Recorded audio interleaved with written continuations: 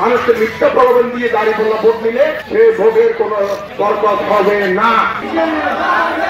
বোয়ালখালী চট্টগ্রাম ৮ আসন বিএনপি মনোনীত প্রার্থী আলহাজ মোহাম্মদ এরশাদুল্লাহ ধানুর শিশুর সমর্থনে পথসভা অনুষ্ঠিত।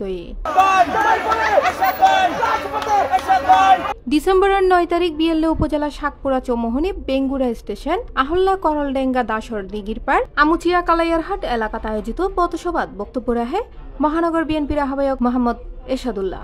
দীর্ঘ ১ মাস পর মহানগর বিএনপির আহ্বায়ক এরশাদুল্লাহরে হাসেফাই উচ্ছ্বসিত হয়ে পড়ে এলাকাবাসী।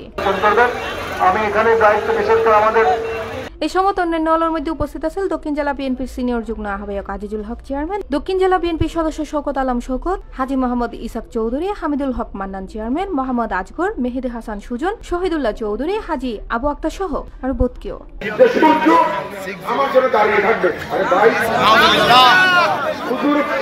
সূর্য দাঁড়িয়ে থাকবে কথাটা হুজুর পাক সাল্লাল্লাহু আলাইহি ওয়াসাল্লাম বলেনি, সুতরাং উনি বলেছেন সূর্য ওনার জন্য দাঁড়িয়ে থাকবে।